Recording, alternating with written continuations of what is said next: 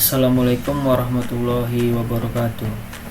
Kami dari kelompok 1 dan pada kesempatan ini kami akan mempresentasikan makalah kami yang berjudul Basic Concept of Management Control System atau konsep dasar sistem pengendalian manajemen. Dalam dunia bisnis yang semakin berkembang, sistem pengendalian manajemen menjadi elemen penting dalam memastikan bahwa organisasi dapat berjalan dengan efektif dan efisien. Sistem ini membantu manajer dalam mengambil keputusan yang lebih akurat serta menjaga agar seluruh aktivitas organisasi tetap sesuai dengan tujuan yang telah ditetapkan. Di dalam presentasi ini, kami akan membahas lebih dalam mengenai konsep pengendalian manajemen, bagaimana sistem ini bekerja, serta batasan-batasan yang harus diperhatikan dalam penerapannya di sebuah organisasi. Konsep pengendalian manajemen. Pengendalian manajemen adalah suatu proses yang digunakan oleh manajer untuk memastikan bahwa sumber daya organisasi digunakan secara efektif dan efisien guna mencapai tujuan yang telah ditetapkan. Menurut Robert Anthony, pengendalian manajemen didefinisikan sebagai proses di mana manajer mempengaruhi anggota organisasi lain untuk menerapkan strategi organisasi secara efektif dan efisien. Tujuan utama dari sistem pengendalian manajemen adalah memastikan bahwa aktivitas dalam organisasi berjalan sesuai dengan perencanaan strategis yang telah ditetapkan. Beberapa tujuan utamanya meliputi: yang pertama, menjamin efektivitas organisasi; yang kedua, meningkatkan efisiensi dalam penggunaan sumber daya; yang ketiga, meningkatkan akuntabilitas dan transparansi; dan yang keempat, meminimalkan risiko dan ketidakpastian. Dalam organisasi, pengendalian dapat dibagi menjadi 3 kategori utama. Yang pertama, pengendalian preventif. Dilakukan sebelum masalah terjadi seperti pelatihan karyawan dan penerapan SOP. Yang kedua, pengendalian detektif. Dilakukan untuk mengidentifikasi masalah yang telah terjadi seperti audit internal dan eksternal. Dan yang ketiga, pengendalian korektif. Dilakukan setelah penyimpangan terjadi dengan tujuan memperbaiki masalah agar tidak terulang kembali. Batas-batas pengendalian manajemen. Dalam sistem pengendalian manajemen, terdapat batasan-batasan yang menentukan sejauh mana organisasi dapat menerapkan kontrol tanpa menghambat fleksibilitas dan inovasi. Menurut Robert Simmons, batas pengendalian manajemen terdiri dari aturan dan prosedur yang membatasi tindakan organisasi agar tetap sejalan dengan strategi perusahaan tanpa menghambat kreativitas individu. Jenis-jenis batas dalam sistem pengendalian manajemen meliputi: yang pertama, batas strategis, yaitu menentukan fokus bisnis agar organisasi tidak terjebak dalam ekspansi yang berisiko tinggi. Yang kedua, batas etika dan kepatuhan, yaitu mencakup kode etik dan kebijakan kepatuhan hukum dalam organisasi.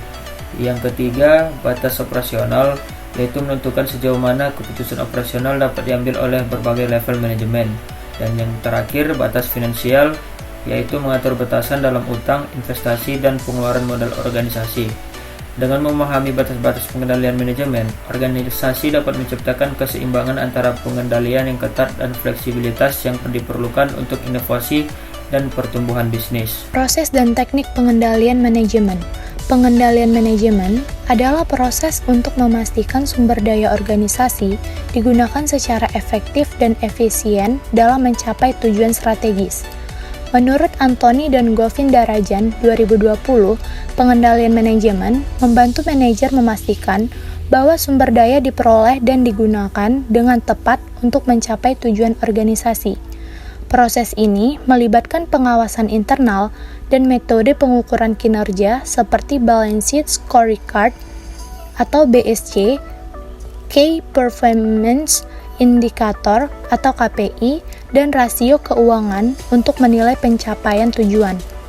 Langkah utama dalam proses pengendalian manajemen adalah: 1. Penetapan tujuan dan standar kinerja. Menetapkan tujuan SMART, Specific, Measurable, Achievable, Relevant, and Time-bound, yang jelas dan terukur. 2. Pengukuran kinerja.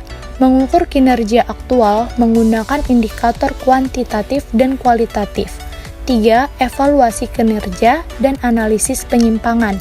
Membandingkan kinerja dengan standar untuk mengidentifikasi deviasi dan penyebabnya. 4. Tindakan korektif. Mengambil tindakan untuk memperbaiki penyimpangan dan memastikan tujuan tercapai. Teknik yang digunakan dalam pengendalian manajemen yaitu A. Pengendalian anggaran atau budgetary control, mengontrol pengeluaran dan memastikan penggunaan sumber daya keuangan yang optimal. B. Pengendalian kinerja non-finansial, memastikan kualitas dan kepuasan pelanggan selain fokus pada aspek finansial. C. Pengendalian internal atau internal control system, mencegah kecurangan, meningkatkan akurasi laporan keuangan, dan memastikan kepatuhan regulasi. D. Manajemen risiko atau risk management, mengidentifikasi dan mengurangi risiko yang menghalangi pencapaian tujuan organisasi. Tantangan dalam implementasi sistem pengendalian manajemen.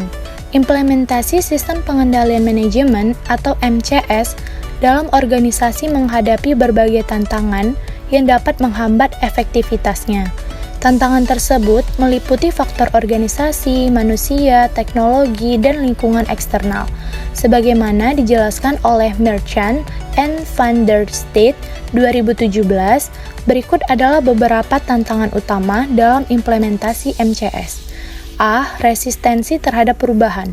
Perubahan dalam sistem pengendalian sering dianggap sebagai ancaman oleh karyawan dan manajer, yang dapat menimbulkan resistensi. Menurut Kotter 1996, untuk perubahan berhasil, komunikasi yang jelas tentang manfaat perubahan dan keterlibatan semua pemangku kepentingan sangat diperlukan. B. Kesulitan dalam menetapkan indikator kinerja yang tepat. Pentingnya indikator kinerja yang jelas atau KPI sering menjadi tantangan. Organisasi sering kesulitan menentukan indikator yang relevan dan sesuai dengan tujuan strategis. Kaplan and Norton 1996 menyarankan penggunaan Balanced Scorecard untuk menyusun KPI yang komprehensif, mencakup perspektif keuangan, pelanggan, proses internal, serta pembelajaran dan pertumbuhan. C. Kurangnya dukungan dari pimpinan organisasi. Keberhasilan MCS sangat bergantung pada dukungan pimpinan puncak. Tanpa komitmen manajemen, sistem pengendalian bisa formalitas tanpa dampak nyata. Simmons 1995 menekankan pentingnya kepemimpinan yang mampu mengkomunikasikan visi dan membangun budaya organisasi yang mendukung kontrol manajerial. D. Teknologi dan integrasi sistem yang tidak memadai. Di era digital, MCS bergantung pada teknologi informasi untuk pengolahan data dan analisis kinerja.